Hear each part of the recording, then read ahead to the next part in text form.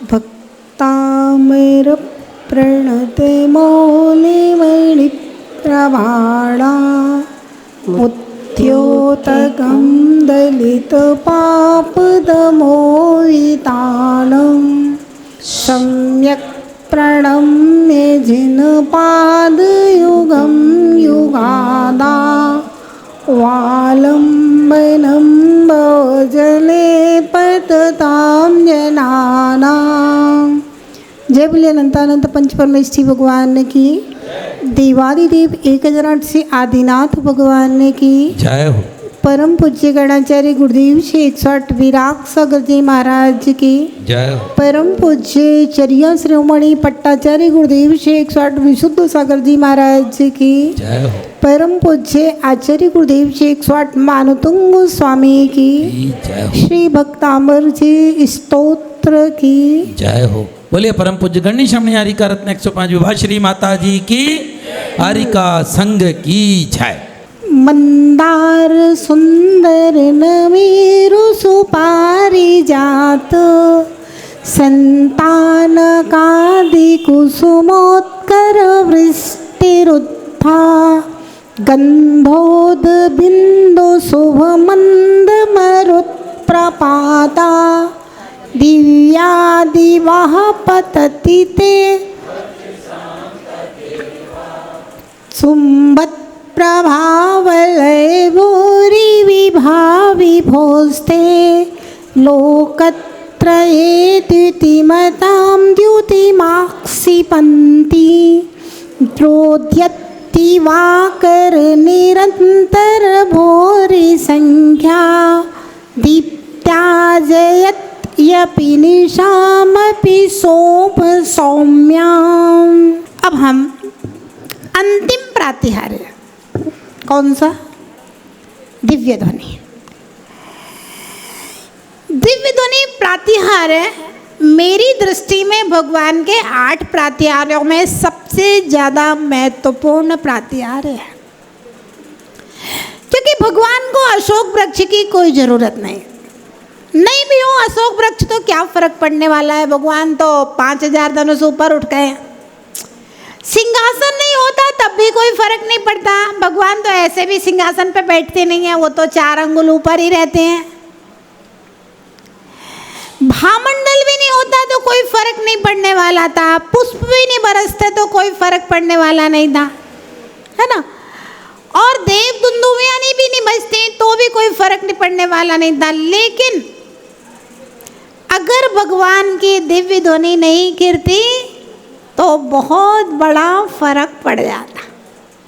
भगवान को कल्याण तो हो गया, उनका तो कल्याण हो जाता, लेकिन जो पर कल्याण की व्यवस्था है वो सारी की सारी डिस्टर्ब हो जाती। हितोपदेशिता का जो भगवान का गुण है, जिस गुण के कारण से पहले नमो अर्यंताणम फिर नमो सिद्धाणम कहा जाता है। सिद्ध भगवान बड़े हैं अर्यंत से, अर्यंत भगवान छोटे हैं, लेकिन पहले नमो अर्यंताणम फिर नमो सिद्धाणम, क्योंकि सिद्ध का हमें दर्शन नहीं होता, अरहंतों का हमें दर्शन होता है। सिद्ध भगवान को तो हम जानते ही नहीं।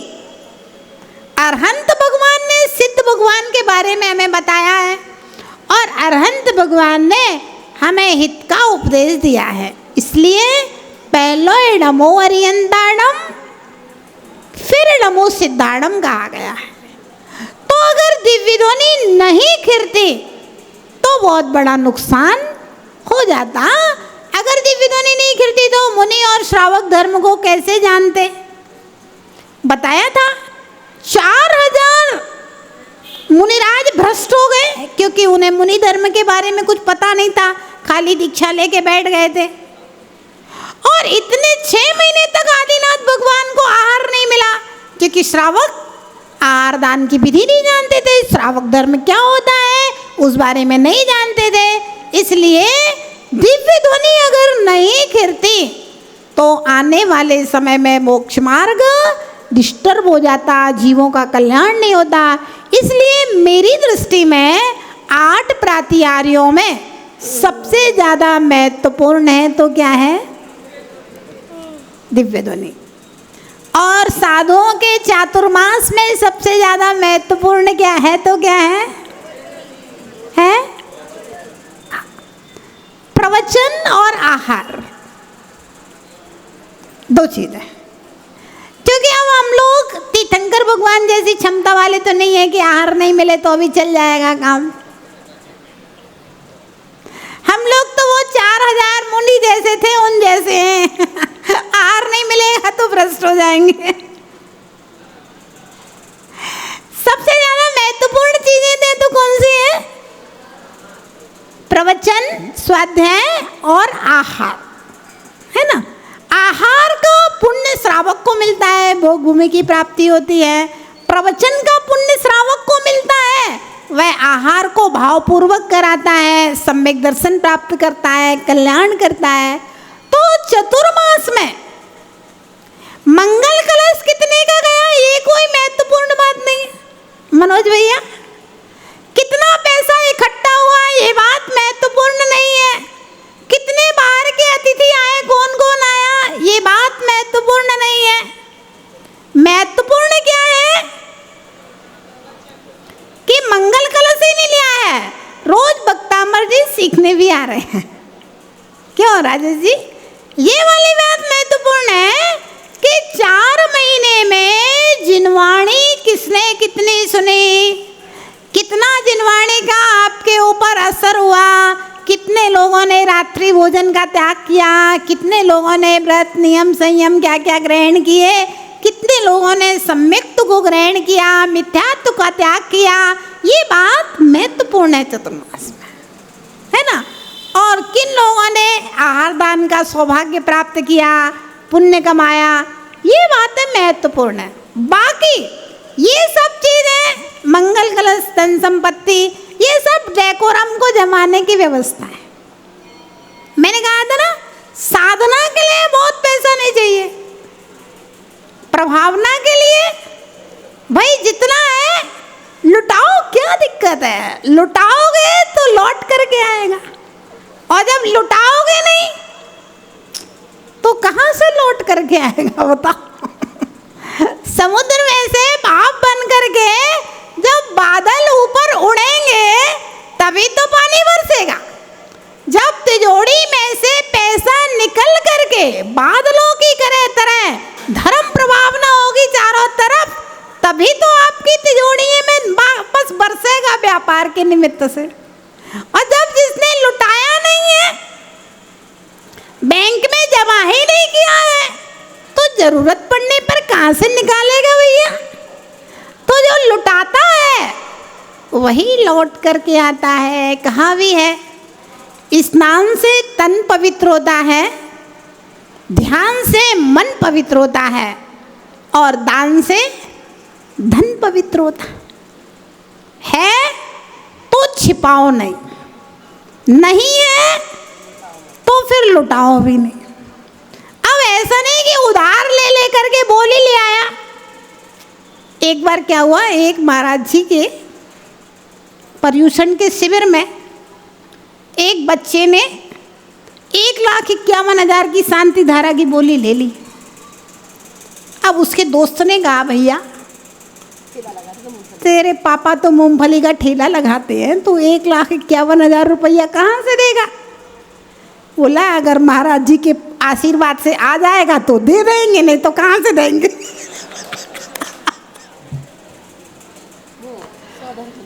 महाराज जी के आशीर्वाद से आ जाएगा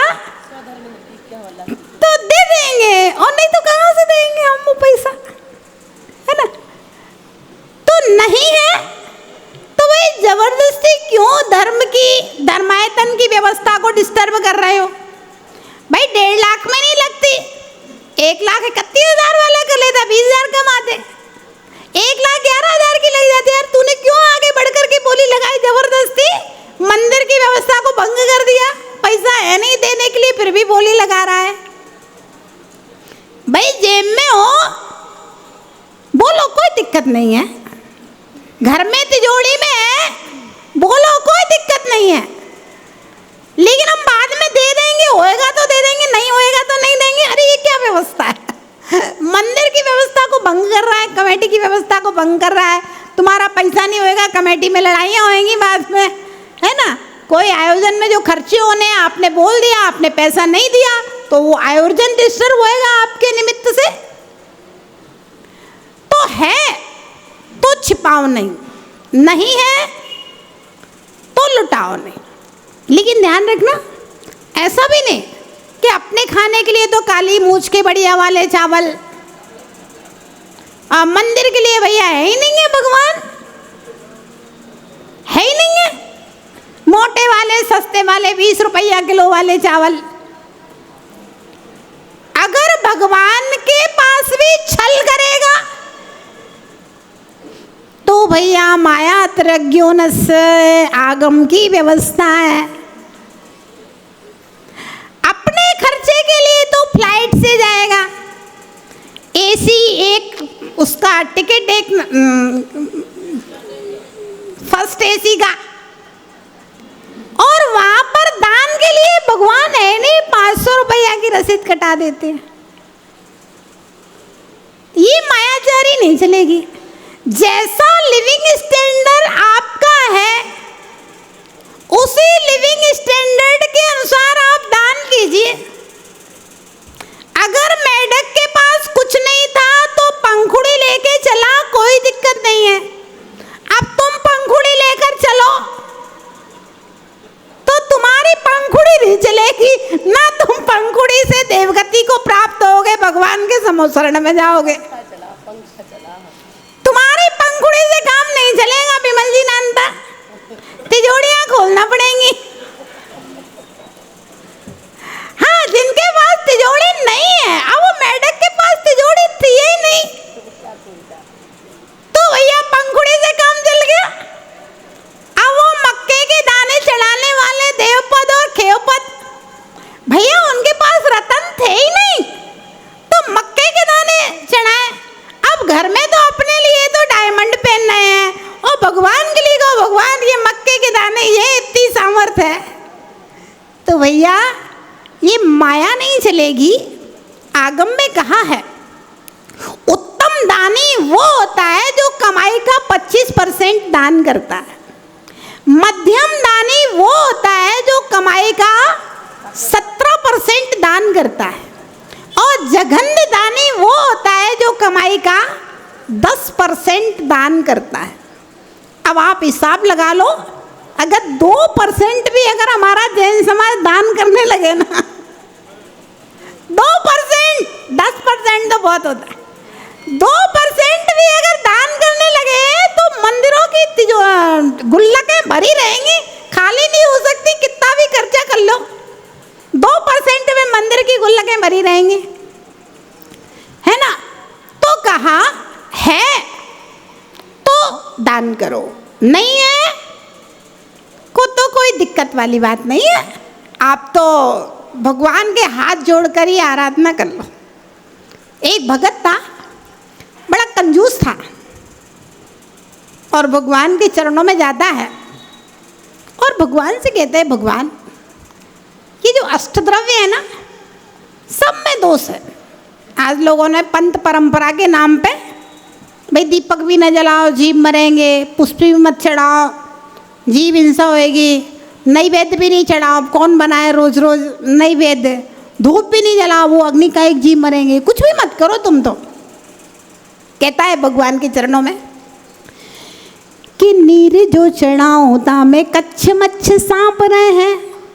कहते हैं भगवान अगर पानी आपके चरणों में चढ़ाते हैं तो अब वो क्षीर सागर वाला पानी तो है नहीं है, ये कुएं के पानी में तो ये जीव जंतु रहते हैं। आलसी प्रमादी भी था कंजूस होने के साथ में। अब कौन पानी भरे, कौन छाने, कौन प्रासुक करे, ये भी बड़ी समस्या है। इसीलिए तो आप लोग पुजारी लगा देते हो मंदिर में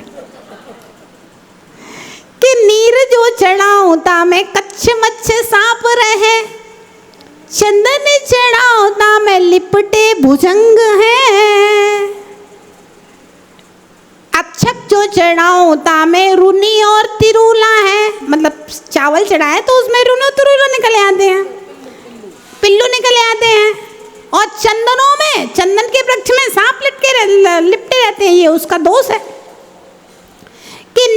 जो चढ़ाऊता में कच्छ मच्छ सांप रहे, चंदन चढ़ाऊता में लिपटे भुजंग है। अक्षत जो चढ़ाऊता में रुनी और तिरुला है, फूलों की खुशबू भौरों की जुठार है। नैवेद्य चढ़ाऊं तो चीटी चीटा लग रहे, नैवेद्य चढ़ाऊं तो चीटी चीटा लग रहे। रत्नों के दीप नहीं मिट्टी क्या चढ़ाना है, कह रहे रतन के दीप तो है नहीं है, मिट्टी के दीपक का चढ़ाना है। रत्नों के दीप नहीं मिट्टी क्या चढ़ाना है। धूप फल लाए नहीं सब ही में दोष है। क्या कहा? धूप फल लाए नहीं सब चीज में दोष है भगवान। धूप फल लाए नहीं सब ही में दोष है, याते प्रभु चरणों में सूखी नमस्कार है। क्या किया? इसलिए भगवान के चरणों में भैया ऐसे ही नमस्कार है, सब चीज में दोष है। पंथ परंपरा के नाम पे सारी चीजों का निषेध कर दो, कुछ मत लाओ, कंजूस और आलसी आदमी को। चलिए हम लोग चलते हैं कि भगवान की आराधना में आपके पास है तो छिपाओ नहीं, नहीं है तो लुटाओ नहीं, क्योंकि भगवान को आपके द्रव्य का कोई कीमत नहीं है, कोई महत्व नहीं है, उनको तो चाहिए भी नहीं है। वो तो हम अपनी भक्ति को प्रदर्शन करने के लिए, हम अपने भावों को विशुद्ध करने के लिए अच्छे से अच्छा द्रव्य चढ़ा करके भगवान की आराधना करते हैं। उससे धर्म की प्रभावना भी होती है, हमारा मन भी लगता है, हमारा पुण्य भी बढ़ता है और हमारा त्याग भी होता है। तो चतुर्मास में दो चीजें बहुत महत्वपूर्ण हैं, एक तो प्रवचन और दूसरा आहार। इसके बाद आपके पास है तो आप खूब धर्म प्रभावना करो, रोज समाज को भोजन कराओ। चलो भैया प्रवचन करने वालों को रोज भोजन कराओ, रोज पोहा जलेबी का नाश्ता कराओ, और भीड़ बढ़ जाएगी, आपको उसका पुण्य मिलेगा। है तो करो, नहीं है तो प्रेशर करके कोई भी काम नहीं करो, क्योंकि प्रेशर करके करने से धर्म की हानि होगी। फिर लोग आना ही बंद कर देंगे, भैया होते तो जाओ, तो कमेटी वाले लोग पकड़ लेते हैं 11,000 21,000 दिखाओ, दिक्कत हो जाएगी, है ना। तो इसलिए ये सब धर्म प्रभावना के लिए, और जितने जिन शासन की आप प्रभावना करोगे, आप देख लो आपका यश कीर्ति बढ़ेगा। आप 1 लाख की बोली लेके देखो, सब पूरी सभा के लोग ऐसी आंखें निकाल के देखेंगे ये कौन है जिसने 1 लाख रुपया की बोली ली है। आपका यश कीर्ति बढ़ेगा, है ना। आप सब पूरे समाज को एक बार खाना करा के देखो, भाई आज का खाना पर्यूषण में 1 दिन का खाना मेरी तरफ से, विधान में 1 दिन का खाना मेरी तरफ से, पूरे समाज के लोग भी आज का किसको खाना, उसका बैनर लगा हुआ है, उसको माला तिलक किया जा रहा है। आपका यश कीर्ति बढ़ेगा, आपका पुण्य बढ़ेगा। धर्म प्रभावना में दिया हुआ द्रव्य, धर्म प्रभावना में दिया हुआ द्रव्य इस जन्म में 10 गुना होकर मिलेगा और अगले जन्म में अनंत गुना होकर के मिलेगा। ये धर्म के दान का शुद्ध गणित है, जिनेंद्र भगवान के द्वारा कहा हुआ गणित है। इसमें कहीं कोई इधर उधर हेर फेर नहीं हो सकता है। तो इस प्रकार से सबसे ज्यादा महत्वपूर्ण अगर कोई प्रातिहार है भगवान का तो कौन सा है? दिव्य ध्वनि प्रातिहार, जिसके बिना पूरे जिन शासन की व्यवस्था गड़बड़ा जाती है। भगवान महावीर को केवल ज्ञान हो गया, उस दिन से उनका शासन लागू नहीं हुआ। जब गौतम स्वामी आ गए, गुरु पूर्णिमा हो गई, तब दूसरे दिन वीर शासन जयंती भगवान की दिव्य ध्वनि विप्लवाचल के ऊपर गिरी, उस दिन से उनका वीर शासन प्रारंभ हो गया। तब तक भगवान पारसनाथ का शासन चलता रहा। आप देखिए, भगवान गर्भ में भी आ गए, जन्म में भी आ गए, दीक्षा भी ले ली, केवल ज्ञान भी हो गया। जब तक दिव्य ध्वनि नहीं गिरी जिस दिन, तब तक भगवान पारसनाथ का शासन चल रहा था। और उस दिन से वीर शासन जयंती श्रावण कृष्णा एकम से शुरू हुई। तो हम देखते हैं आचार्य महाराज मानतुंग गोस्वामी ने किन शब्दों में दिव्य ध्वनि प्रातिहार्य के द्वारा आदिनाथ भगवान की स्तुति की है। स्वर्गापवर्ग गम मार्ग विमार्ग अनिष्टः। स्वर्गापवर्ग गम मार्ग विमार्ग अनिष्टः। स्वर्गापवर्ग गम मार्ग, थोड़ा सा जोर से बोलिए, मुझे सुनाई नहीं पड़ रहा, आप लोगों की आवाज़ हमारे तक नहीं आ रही कि आप शुद्ध बोल रहे हैं कि अशुद्ध बोल रहे हैं। स्वर्गापवर्ग गम मार्ग विमार्ग निष्ठः। सद्धर्म तत्व कथनैक, सद्धर्म तत्व कथनैक पटुस्त्रीलोक्यः। पटुस्त्रीलोक्याः दिव्यध्वनिर् दिव्यध्वनिर् दिव्यध्वनिर् भवति ते विशदार्थ सर्व। दिव्यध्वनिर्भवति ते विशदार्थ सर्व। भाषा स्वभाव परिणाम गुणै प्रयोज्यः। भाषा स्वभाव परिणाम गुणै प्रयोज्यः। स्वर्गापवर्ग गम मार्ग विमार्ग निष्ठः।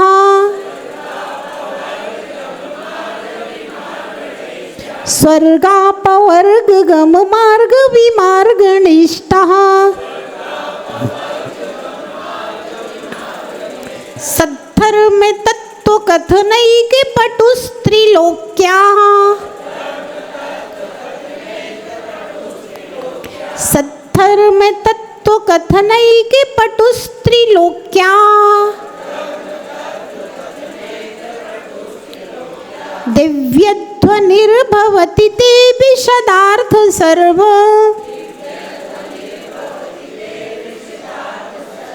दिव्यध्वनिर्भवति ते विशदार्थ सर्व।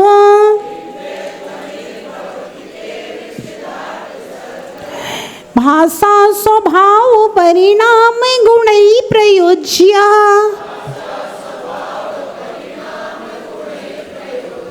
पढ़िए।